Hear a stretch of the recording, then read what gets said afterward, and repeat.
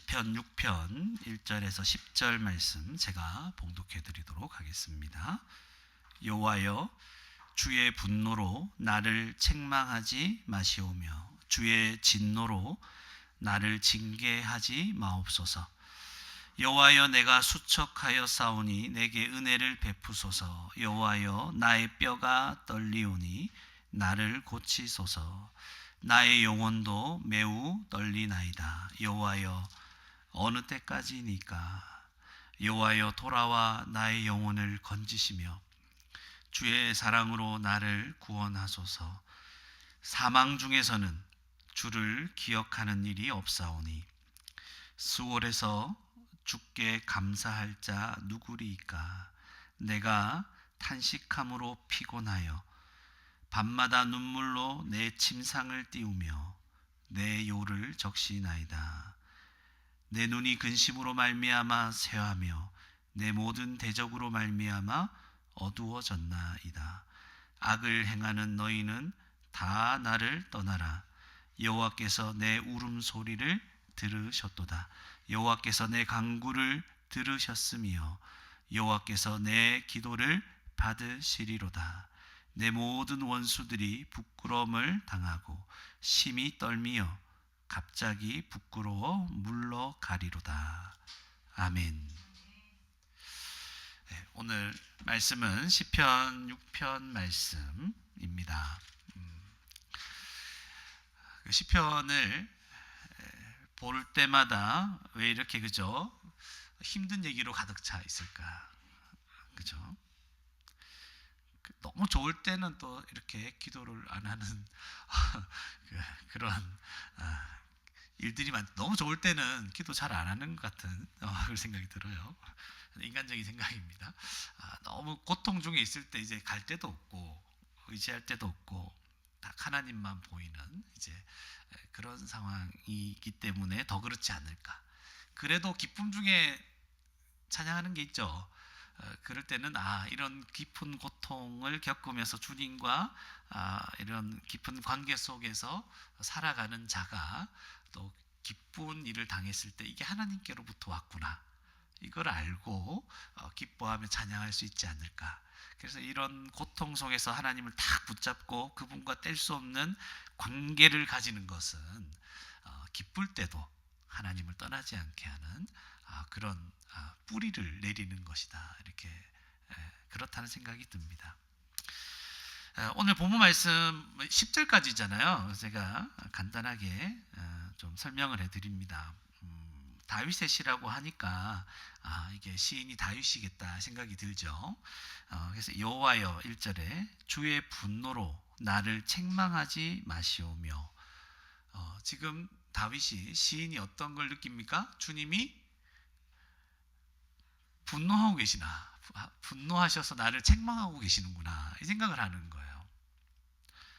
와, 다윗도 이런 생각을 하네요, 그죠?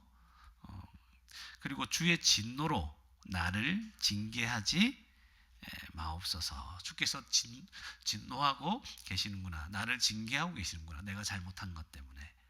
그러니까 여러분이 시편이나 이런 시가서를 잘 보면 약간 비슷한 그 어구들이 2번 내지 3번 반복이 되죠. 항상 그런 식입니다. 그러면서 조금 더 발전시키는 거예요. 단어는 달라요. 그런데 그 의미가 비슷한 것이 2번, 3번 이렇게 반복이 됩니다. 그런 형식입니다. 이런 형식의 이 시편이 기록되어 있다는 것을 알면 연구하실 때 굉장히 도움이 됩니다. 그래서 이게 보면 다윗이, 시인이 굉장히 자기 죄 때문에 하나님이 분노하셨구나, 진노하셨구나, 이 생각을 하는 거예요. 그런데 왜 이런 생각을 하게 되었는가? 물론 자기가 죄를 지었음을 알고 있다는 거죠, 이 본인은. 그래서 2절에 보니까 내가 수척하였사오니, 갑자기 수척해진 거예요. 몸이 변한 거죠. 수척해진 거죠. 수척한 건 저에게서 본 적이 없는데 어떤 사람은 수척할 수 있죠. 수척하였사오니 내게 은혜를 베푸소서. 그러니까 지금 자기 몸이 문제가 있다는 것을 알 수 있습니다. 그러면 뒤에 보면 여호와여 나의 뼈가 떨리오니 나를 고치소서. 그러니까 뼈가 떨리는 그러니까 이게 여러분 단순히 그냥 문자적으로 이해하면은 좀 곤란해요. 자기 뼈가 떨리는 어떤 병인가 이게 아니고 뼈로 대변되는 이 사람의 육체를 얘기를 하는 거예요. 전신을. 그래서 내 뼈가 떨립니다. 자기 몸이 수척해 있고 뼈가 떨릴 정도로 지금 아픈 상태라는 거예요. 몸이 아픈 거예요. 지금 몸이 아픈 거예요. 수척하고 몸 전체가 다 이런 상황에 있다는 거죠. 그래서 나를 고쳐달라고 은혜를 베풀어 달라고 했잖아요. 앞에서 그 말은 뭐예요? 하나님 나를 좀 고쳐달라고. 내가 죄 때문에 이렇게 아픈 것 같습니다. 하나님이 내 죄 때문에 나를 징계하는 것 같습니다. 그렇지만 은혜를 베풀어 주십시오. 내가 너무 고통스럽고 나를 좀 이 병에서 노임받게 해주십시오. 이런 지금 기도를 하는 겁니다. 3절에 보니까 나의 영혼도 매우 떨리나이다. 육체의 떨림이 뼈의 떨림이 어디까지 가요? 영혼의 떨림까지 정신적인 영적인 고통까지 따라가죠. 영혼이 떨린다는 것도 사실은 이 사람 전체가 다 떨리는 거예요. 힘든 거죠. 그런데 왜 이렇게 고통스럽냐 하니까 여호와여 어느 때까지니까 굉장히 오래됐다는 걸 알 수 있죠. 그리고 이 고통이 왠지 끝나지 않을 것 같은 이런 상황에 있는 거죠. 어느 때까지입니까? 그러니까 처음에는 육체가 고통스러워서 자기 죄가 막 생각이 나고 하나님 나의 진노하시는가 이런 생각이 들고 너무 힘들어서 고쳐다 주십시오 이렇게 기도하다가 지금 어느 정도까지 왔냐면 이제 자기의 영혼 자기의 영적인 것까지 다 흔들려 버리고 하나님 도대체 언제까지입니까? 견딜 수 없는 상황까지 가 있는 거예요. 막막한 거예요. 절망스러운 상황인 거죠. 어느 때까지니까.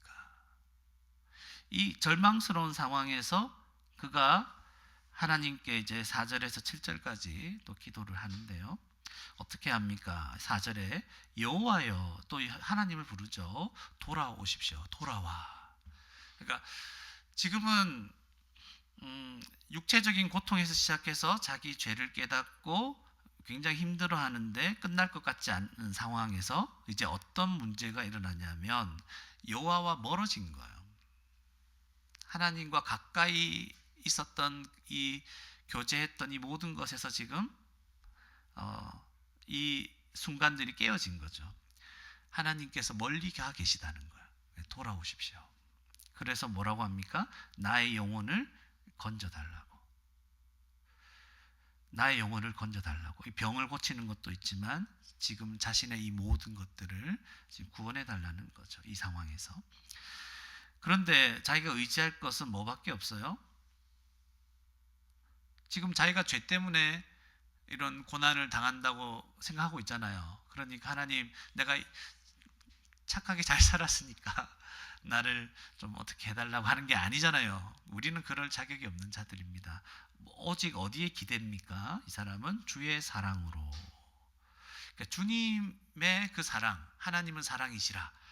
하나님의 그 사랑과 은혜와 자비와 긍휼하심 그 사랑으로만 나를 구원할 수 있지 내가 다른 것으로 하나님께 나를 구해달라고 요청할 수는 없습니다.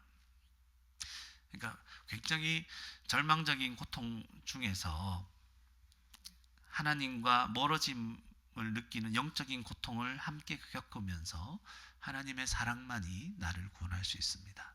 주님의 은혜만이 나를 구원할 수 있습니다. 이렇게 간구하게 됩니다. 의지할 곳은 어디밖에 없다? 주님의 사랑.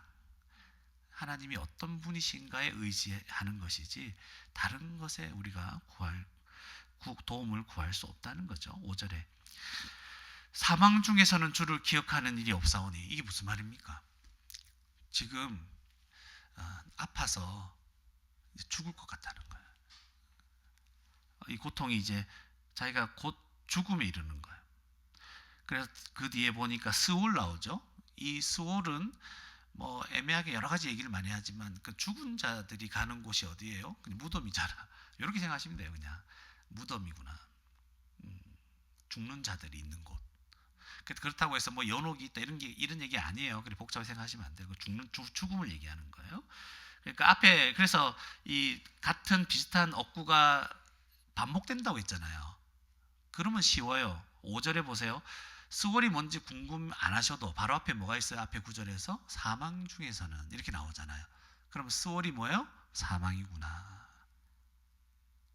그죠? 시편은 이렇게 해석을 해 나가는 거예요. 그래서 사망 중에서 스월에서 주께 감사할 자가 누구리까? 근데 약간 변화가 되죠. 앞에서는 사망 중에서 주를 기억하는 자가 없다. 그러니까 죽으면 하나님께 어떻게 하나님을 기억할 수 있습니까? 기억하고 예배할 수 없죠. 하나님 감사할 수 없죠. 그래서 스월에서도 주께 감사할 자가 누구리까? 없다는 말이잖아요. 이 말은 하나님 내가 지금 병이 들어서 죽을 수 있는 상황에까지 온 거죠. 너무 고통스러워서. 그럼 내가 죽으면 이제 하나님께 감사할 수가 없습니다. 하나님을 기억할 수가 없습니다. 다른 말로 하나님께 예배하고 하나님께 찬양하고 하나님을 섬길 수 없습니다. 이런 말이 되겠죠. 그러면서 6절에 탄식합니다. 신음하는 거죠. 아주 깊이 신음하는 거예요. 내가 탄식함으로 피곤하여. 막 신음하는데 자기의 몸을 갉아먹잖아요. 깊이 신음하면 피곤해지는 거죠. 탄식함으로 피곤한데 밤마다 눈물로 내 침상을 띄우며.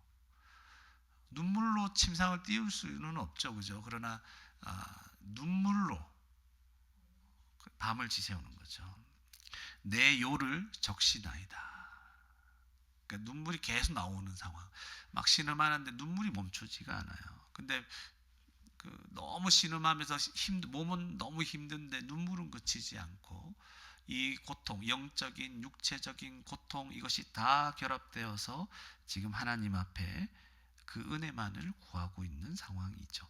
7절에 보니까 내 눈이 근심으로 말미암아 쇠하며. 내 눈이 근심으로 말미암아. 그러니까 이제 앞에서 보면 눈물을 흘렸다 이런 생각이 드니까 이제 그것 때문에 이제 그렇다고 이제 자연스럽게 그림을 그릴 수 있지만 이 눈도 우리 뼈하고 비슷하게 눈이 성하면 온몸이 성하다 이런 말 들어봤죠. 그런 말처럼 이 눈도 우리 모든 육체 전체를 얘기하는 거, 우리를 자기의 전체를 얘기하는 거예요. 내 눈이 그러니까 내가 근심으로 말미암아 쇠했습니다. 아까 피곤했다 그랬죠. 탄식으로. 내가 지금 근심으로 쇠하여진 거죠. 힘 다 빠졌죠. 이제 누구를 대적할 수도 없어요. 그런데 이 상황에 누가 있어요? 내 모든 대적으로 말미암아 어두워졌나이다. 지금 몸이 아파서 죽음에까지 막 가고 있는 상황이고 언제 이것이 끝날지도 모르고 영적인 정신적인 고통이 아주 깊이 나에게 찾아왔고 근심하고 하나님께 부르짖고 밤마다 눈물이 그치지 않고 몸은 다 쇠하여 사라져 있는 완전히 다운되어 있는 이런 상황에서 누가 있어요? 대적이 있는 거예요. 내가 아파서 죽어가는 것을 기뻐하는 자들, 나를 음해하려고 하는 자들, 공격하는 자들, 나 혼자 버티기에도 힘들어 죽겠는데 거기에다가 나를 더 괴롭게 하는 무리들이 있는 거예요. 기도가 지금 어때요, 여러분? 이 기도가 하나님의 은혜가 아니면 아무 소망이 없는 그냥 끝나는 인생인 거예요. 다윗의 인생이 그렇습니다. 그러면서 이제 8절에 갑자기 분위기가 바뀌죠. 8절에서 10절까지 악을 행하는 너희는 다 나를 떠나라. 자기 몸도 아팠지만 더 괴롭게 했던 그 악한 무리들이죠. 너희는 다 나를 떠나라. 여호와께서 내 울음소리를 들으셨도다. 갑자기 하나님께서 자기의 기도와 이 신음을 들었다는 확신을 가지게 되죠. 상황은 변한 게 없죠. 여전히 아파요. 지금 몸도 아프고 그래요. 몸은 아픈데 뭐부터 살아났습니까? 하나님과의 관계가 살아났고, 하나님이 지금 내 기도를 듣고 계시고 돌아와서 나에게 은혜를 베풀고 있다는 확신을 가지게 되죠.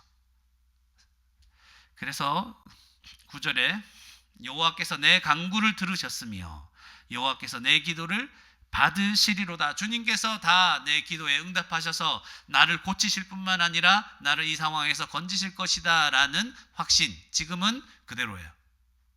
그렇지만 이 확신 때문에 분위기가 갑자기 바뀌고, 눈물로 밤을 지새우던 기도가 확신과 담대함으로 확 일어나고 있는 지금 이 기도입니다.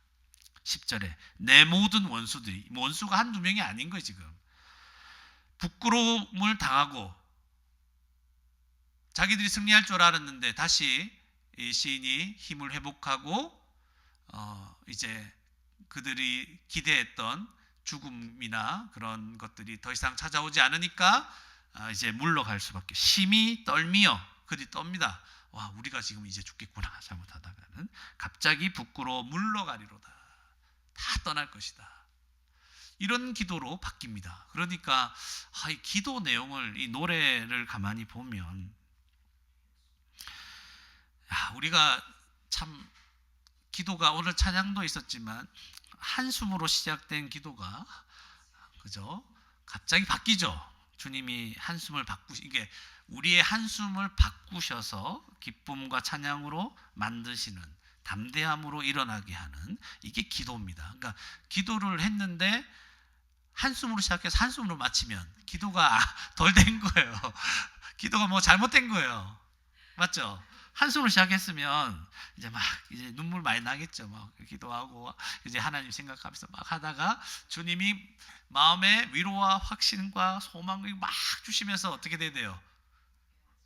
쫙 일어나는 거죠.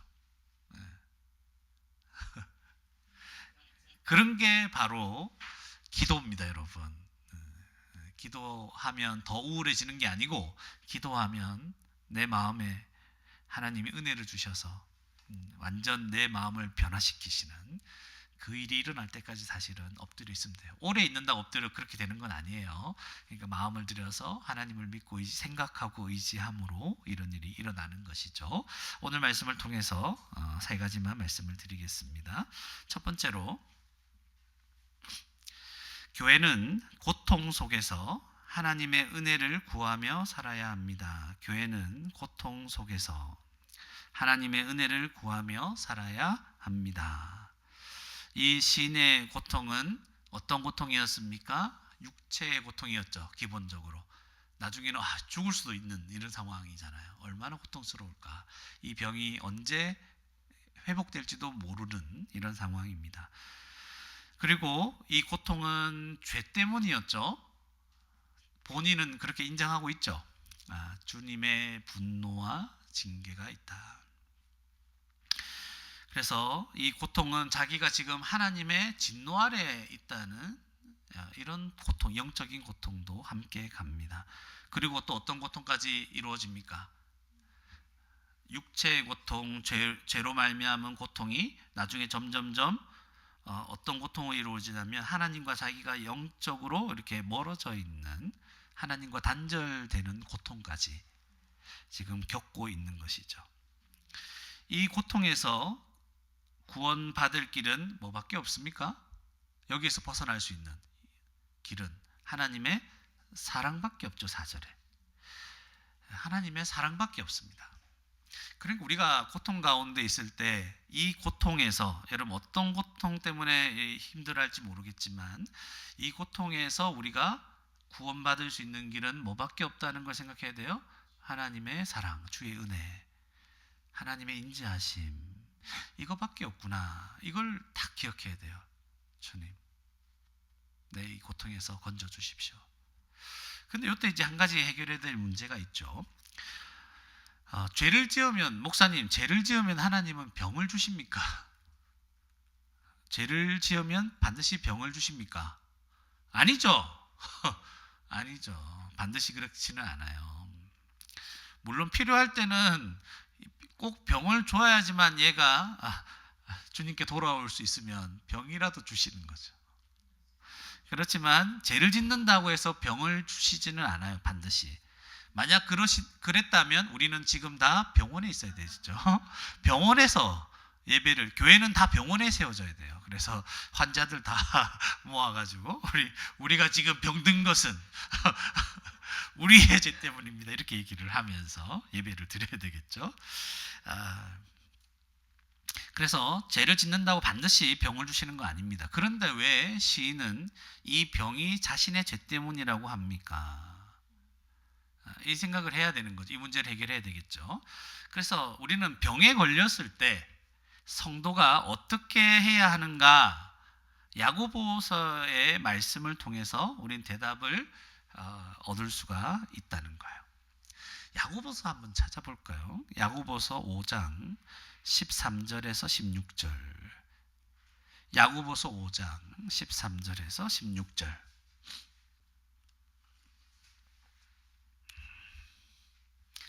보시면 13절에 너희 중에 고난 당하는 자가 있느냐? 그는 기도할 것이요. 고난, 일반적인 고난을 얘기하죠. 고난.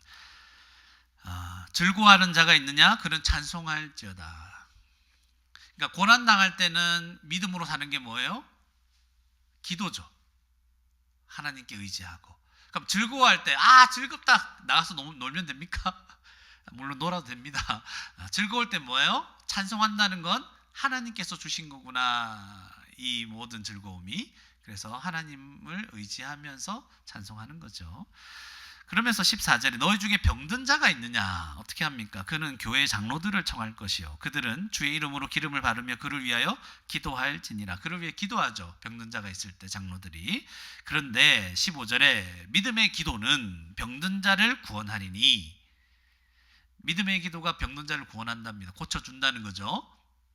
기도하면 주께서 그를 일으키시리라. 그가 병에서 이렇게 회복되는 것은 누구의 능력입니까? 주님의 능력. 주께서 일으키시리라. 그런데 뒤에 뭐라고 되어 있습니까? 혹시 죄를 범하였을지라도 사하심을 받으리라. 여러분, 죄를 짓는다고 반드시 하나님 병을 주시는 건 아닌데, 그죠? 혹시 나오죠.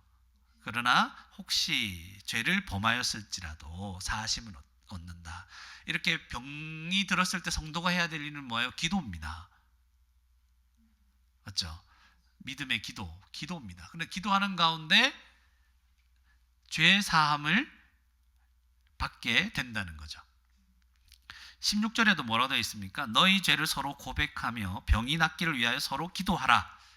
의인의 간구는 역사하는 힘이 큼이니라. 병이 걸렸을 때 서로 죄를 고백한다는 것은 병이 걸렸을 때 병이 낫기만을 위해서 기도하는 것이 아니라 자연스럽게 회개가 같이 동반되고 있다는 것을 우리 말씀을 통해서 알게 되죠. 그래서 병뿐만 아니라 사실은 모든 고난은 우리로 하여금 기도하게 만들죠.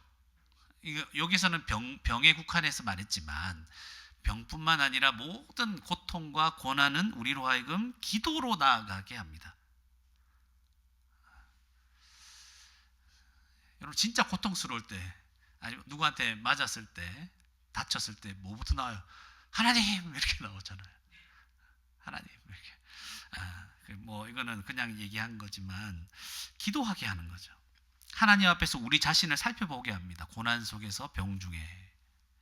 그런 가운데 자신의 죄를 회개함으로 심령이 새로워집니다. 그러니 이 병이 고쳐지는 것도 중요하지만 이런 과정에 하나님은 우리의 이 영혼도, 우리의 심령도 새롭게 하시는 거예요. 몸도 고쳐지고 우리의 마음도 고쳐주고 우리 영혼을 고쳐준다는 거예요.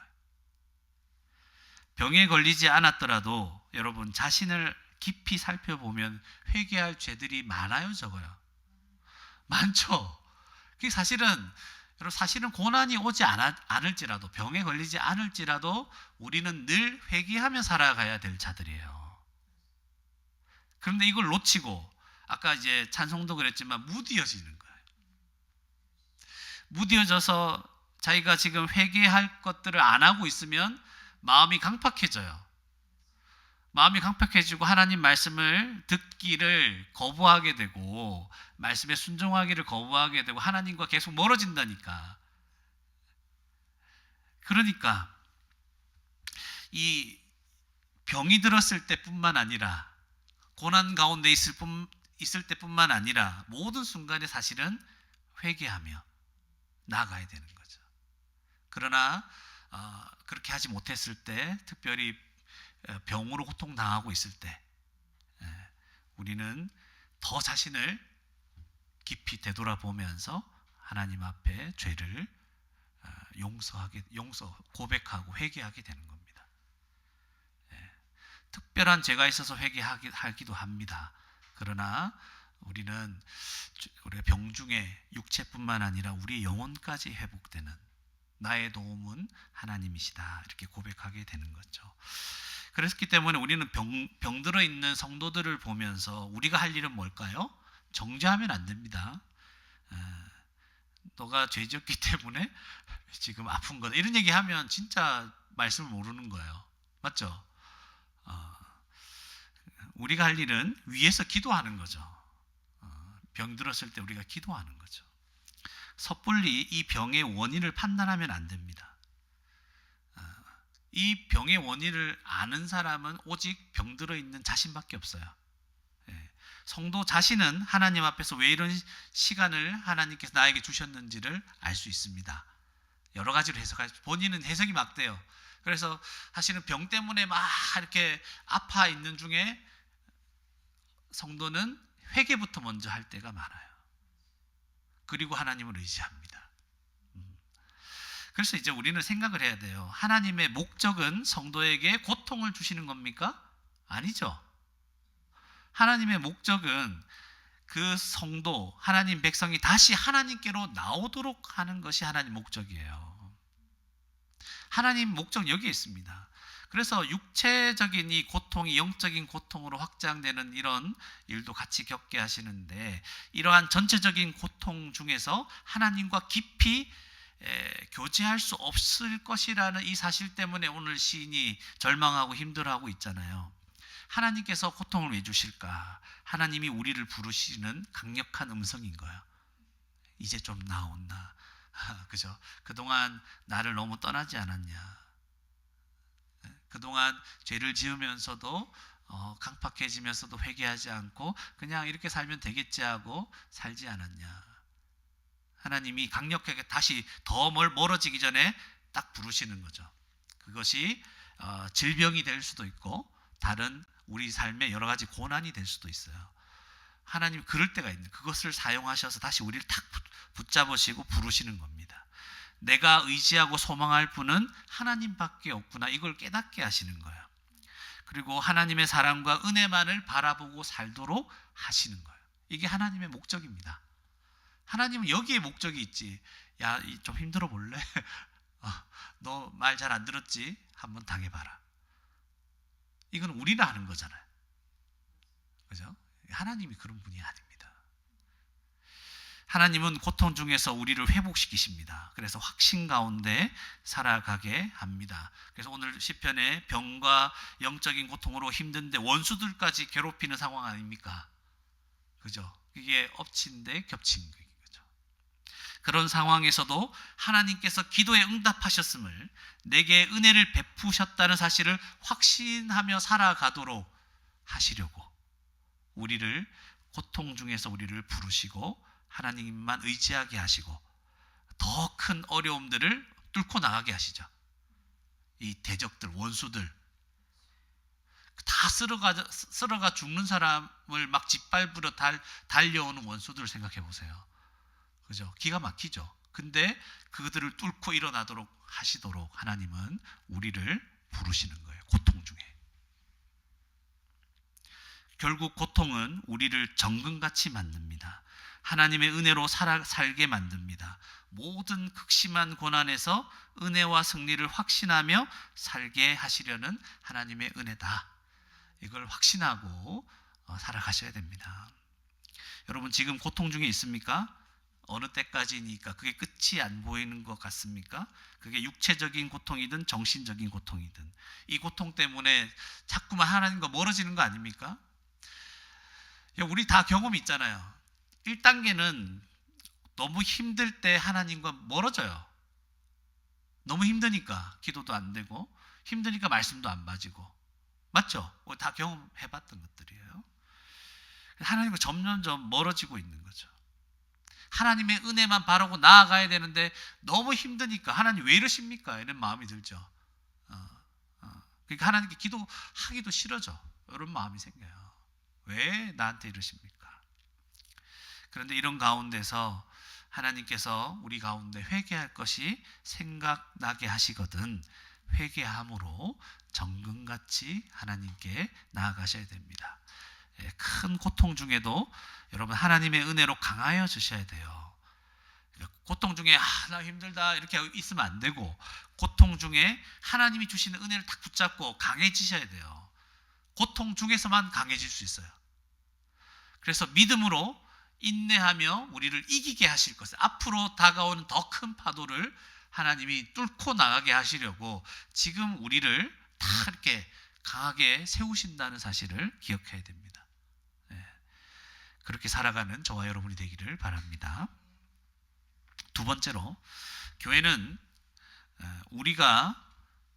교회는 그리스도가 우리를 대신하여 고통 당하셨음을 기억해야 합니다.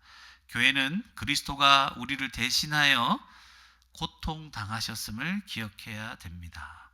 여러분 1절에서 3절의 말씀을 이제 다시 조금 확장해서 생각을 해본다면, 죄로 말미암아 하나님의 분노와 진노 가운데 살아가는 죄인의 절망을 나타냅니다.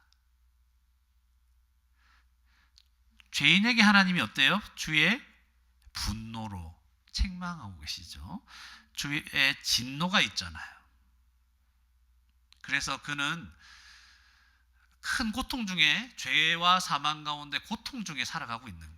그게 육체적인 병이 걸렸던, 나이가 들어서 쇠약해지던, 그죠? 그리고 영적으로 고통받던 이 모든 것이 다 뭐예요? 죄로 말미암아 절망 가운데 있는, 하나님의 진노 가운데 있는 죄인의 모습입니다. 그런데 이 죄인에게 유일한 소망이 뭐예요? 4절에 똑같죠? 하나님의 사랑과 은혜죠. 자기 자신에게서는 하나님께서 나를 구원해 주십시오 이렇게 간구할 만한 이유를 발견할 수 있나요? 없죠. 하나님 나 좀 구원해 주십시오. 나 이쁘지 않습니까? 이쁘긴 뭐가 이뻐요. 죄인인데. 이런 죄인을, 그런데 하나님은 이 절망 가운데 있는 죄인에게 뭘 주십니까? 승리를 주시고 이 승리를 확신하며 살아가게 하시는 거죠. 그런데 하나님은 어떻게 이 일을 행하십니까? 그걸 간단하게 말씀드리면, 예수 그리스도께서, 예수님은 우리를 죄와 사망의 고통에서 살리시려고 우리 대신 어디로 내려가셨어요? 사망, 스올로 내려가셨습니다. 지금은 이 죄인이 어디로 내려가고 있어요? 사망, 육체의 지금 질병이지만 사망으로 5절에 스올로 내려가고 있죠. 그런데 우리 대신 누가 내려가셨어요? 예수 그리스도께서 십자가 죽음으로 스올로 내려가신 거예요. 죄에 대해서 깨닫지도 못하고 하나님의 진노를 알지도 못하는 우리를 위해서 우리 주님께서 기도하셨습니다. 여기서는 이 사람이 기도하죠, 절망 가운데. 그런데 예수님이 기도하셨습니다.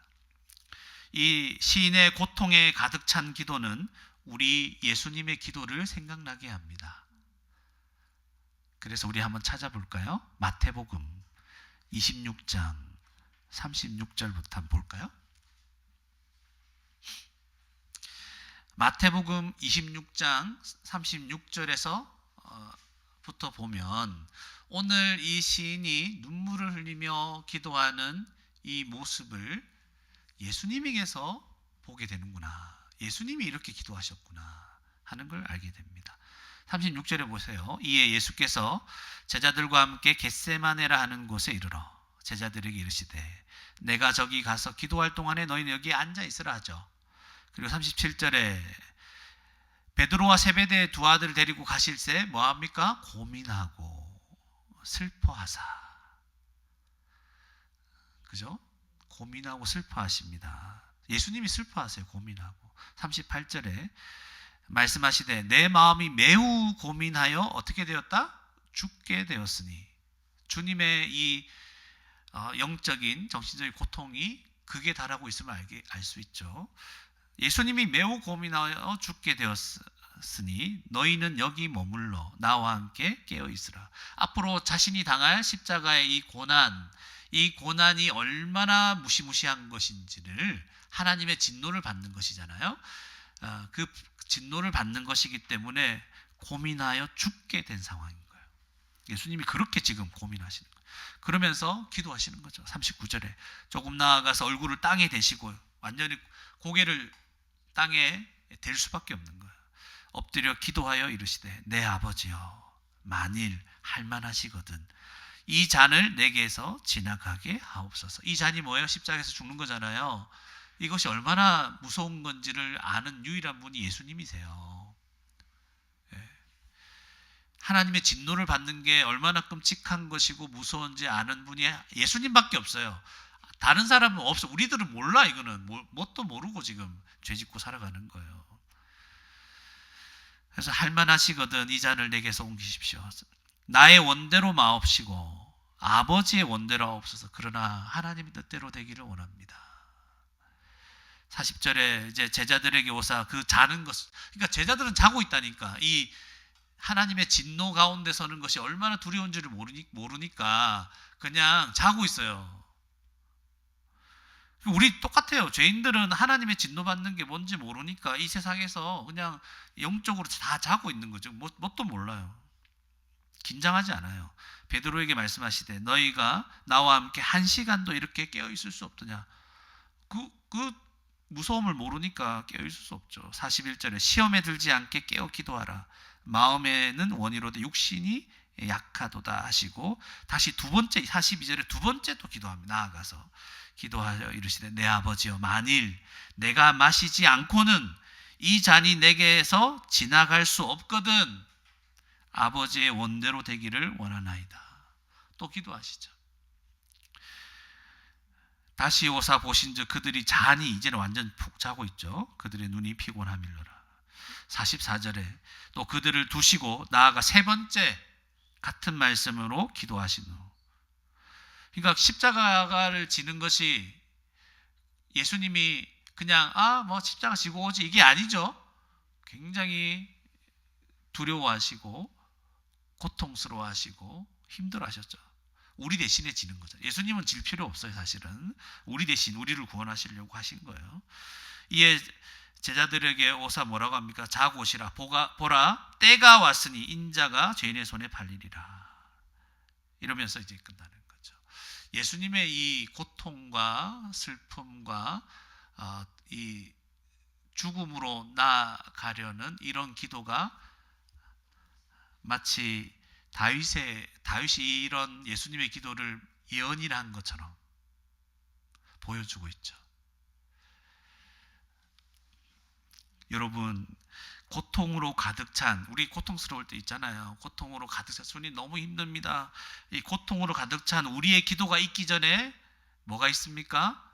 우리 주 예수 그리스도의 겟세마네의 눈물의 기도가 있었다는 것을 기억해야 됩니다. 우리는 하나님의 구원을 받을 자격이 없죠. 그리스도의 기도와 십자가 순종으로 우리가 기도할 수 있게 되었고 우리가 구원받게 됐잖아요. 고통 중에 주님께 부르짖을 때, 오늘 고통 중에 다윗이 부르짖잖아요. 그럼 우리도 하나님께 부르짖으면 되겠죠. 그런데 우리가 부르짖을 때 주님이 응답하도록 하시기 위해서 예수님의 그 십자가 눈물의 기도, 겟세마네의 기도와 그 순종이 있었다는 거예요. 십자가에 예수님께서 끝까지 무서웠지만 끝까지 우리를 생각하면서 주의 뜻을 생각하면서 그 길을 걸으셨기 때문에 죄와 사망 가운데 있는 우리의 모든 죄를 사해 주셨고 하나님의 분노와 진노, 이 징계에서 우리를 구원해 주신 거예요. 모든 하나님의 진노가 거두어졌어요. 예수님 때문에. 여러분 이걸 기억해야 됩니다. 우리는 항상 이걸 기억해야 돼요. 네. 그래서 여러분 자기가 현재 육체적으로, 정신적으로, 영적으로 자의 고통이 있을 거죠. 이걸 생각하며 하나님 너무 힘듭니다, 이런 힘들어하기 전에 우리가 하나님의 진노와 분노 가운데 참 상상할 수 없는 고통 속에서 우리가 절망했던 죄인이다, 내가 지금 겪고 있는 고통과 비교할 수 없는 고통이 우리 가운데 있었다는 걸 기억하셔야 돼요. 지금 겪고 있는 고통은 아무것도 아니에요. 예수님을 몰랐다면, 하나님을 몰랐다면 그 상태가 어떤 고통입니까? 하나님의 진노 가운데 있는 고통이잖아요. 그렇기 때문에 우리의 지금 현재 이 땅에서 잠시 당하는 고통은 아무것도 아니에요. 근데 하나님은 진짜 우리의 고통을 해결해 주셨다는 걸 기억하라는 거예요. 진짜 무시무시한 고통을 하나님이 해결해 주신 거예요. 이게 복음입니다. 그래서 우리는 우리의 고통을 생각하기 전에 나를 대신해서 예수님이 십자가에서 고통당하셨음을 기억해야 됩니다. 또 고통 가운데 기도해야죠. 기도할 때조차도 우리의 눈물의 기도가 있기 전에 주님의 눈물의 기도와 순종이 있었다는 것을 기억하셔야 돼요. 다 그리스도의 바탕 아래 있는 거죠. 내가 눈물 흘리면서 기도하면서 주님께 순종하겠습니다, 이것만 생각하지 마시고 그리스도의 눈물과 그리스도의 기도와 순종이 있었다는 거예요. 그것 때문에 우리가 눈물 흘리면서 기도하면서 응답을 받고 우리도 순종할 수 있게 되는 거예요. 많이 울고 기도한다고 순종할 수 있습니까? 아니요. 그렇게 될 수 없어요. 그리스도가 있기 때문에 우리가 순종하게 되는 것입니다. 그래서 우리는 주님의 은혜 속에서 살아가는 자들이라는 사실을 잊지 말아야 하는 것입니다. 내가 어떤 상황에 있다 할지라도 내가 주님의 은혜 가운데 있구나, 이거 잊으면 끝이에요. 신앙이 끝입니다, 여러분. 마지막으로 세 번째, 교회는 그리스도가 주신 승리를 확신하며 살아야 합니다.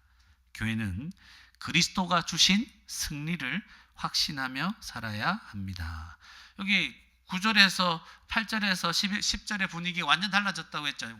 다 나를 떠나라, 막 기도가 갑자기 박력 있고 힘이 있어졌죠. 그러니까 주님이 내 기도를 들으셨다, 이 확신.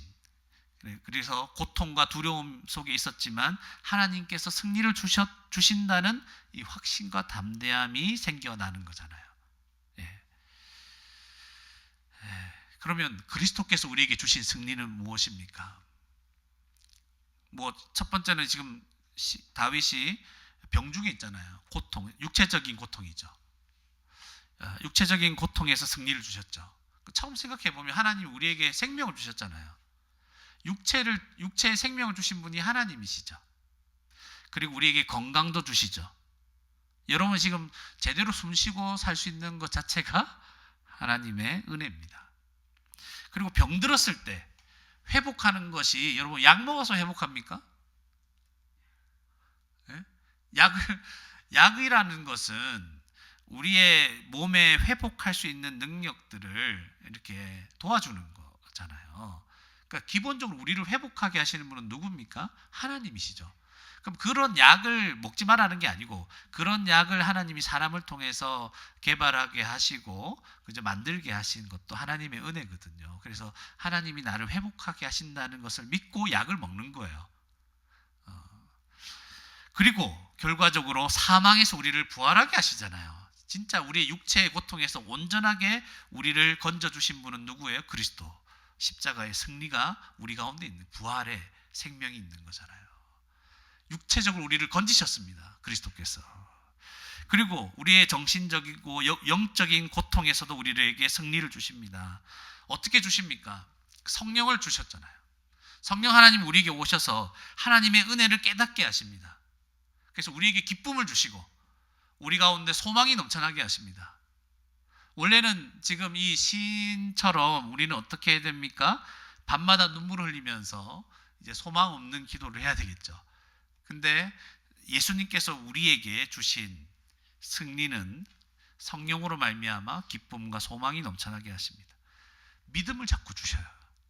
믿게 하십니다. 말씀을 듣고 깨닫고 믿게 하셔서 인내하게 하시고 견디게 하십니다. 그리고 하나님과 교제하는 즐거움을 누리게 하십니다.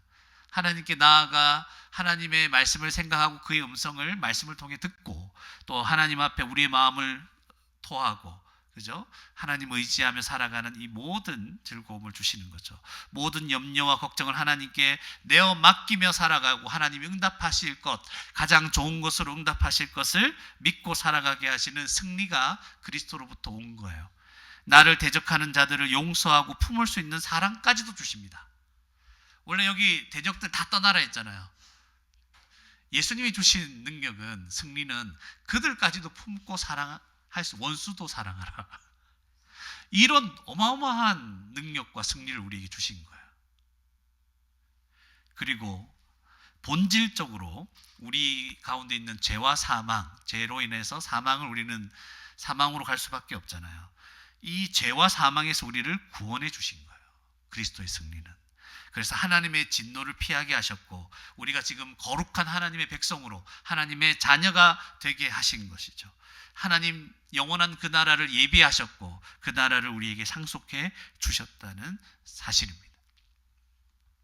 우리에게는 이 승리가 있어요. 예수님의 십자가로 말미암아 이 승리를 우리는 확신해야 됩니다. 우리 고통 중에 기도로, 눈물의 기도로 시작했다가도 몸이 아프거나 고난 때문에 눈물을 흘리며 부르짖고 하나님 앞에 절망 중에 기도를 시작했다고 할지라도 뭘 생각해야 되는 거예요? 그리스도가 주신 십자가의 승리를 다 기억하는 거예요. 이 확신 때문에 갑자기 우리가 분위기가 바뀌는 거죠. 다 떠나라. 아니면 더 적극적으로 다 적들아, 원수들아 다 나한테 와라. 내가 사랑해 주겠다. 이렇게 하는 거예요. 지금 승리로 바뀌는 거예요. 내가 더 이런 상황에서도 주의 사랑을 전하고 내가 너희를 사랑하고 주의 뜻대로 살아보겠다. 주님이 내 기도를 듣고 계시다. 나는 하나님 나라가 예비되어 있고 하나님께 나를 기쁘게 받아주실 것이고 나는 하나님의 자녀다. 그 영원한 나라가 나에게 예비되어 있고 하나님이 성령을 통해서 날마다 나에게 샘솟는 기쁨과 소망을 주시고 믿음을 새롭게 하시고 말씀을 깨닫게 하시고 위로를 주시고 교회를 통해서 이 모든 일을 함께하게 하시고, 그러니까 분위기가 바뀌는 거예요. 눈물로 시작했다가 큰 고통으로 시작했다가 주님이 주신 십자가 사랑이 명백하게 우리 가운데 날마다 되새겨질 때 우리는 완전 분위기가 바뀐 인생을 살아가게 되는 것이죠. 결국은 우리도 확신 가운데 살아가는 거야. 그리스도께서 주신 이 십자가 승리가 있기 때문에 이 확신 가지고, 이와 같은 확신을 가지고 이 세상을 담대하게 믿음으로 살아가는 저와 여러분이 되기를 주님의 이름으로 축원합니다. 말씀을 생각하시면서 함께 기도하시겠습니다. 기도하실 때 하나님, 여러 가지 육체적인 고통, 정신적인 고통, 영적인 고통이 우리 가운데 있을 때가 있습니다. 그런 가운데 가만히 있지 않게 하시고 하나님의 은혜만을 구하며 하나님께 나아가게 해주십시오. 또 기도하실 때 하나님, 항상 고통 중에서라도 그리스도께서 나를 대신하여 고통당하셨고 나를 위하여 고통 가운데 기도하셨다는 사실, 내 기도가 있기 전에 주님의 눈물의 기도가 먼저 있었다는 사실, 내 고통이 있기 전에 주님의 고통이 먼저 있었다는 사실을 잊지 않고 은혜 가운데 살아가게 해주십시오.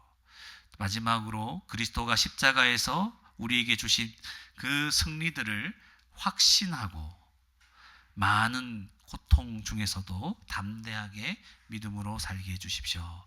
우리 말씀을 생각하시면서 함께 기도하시겠습니다.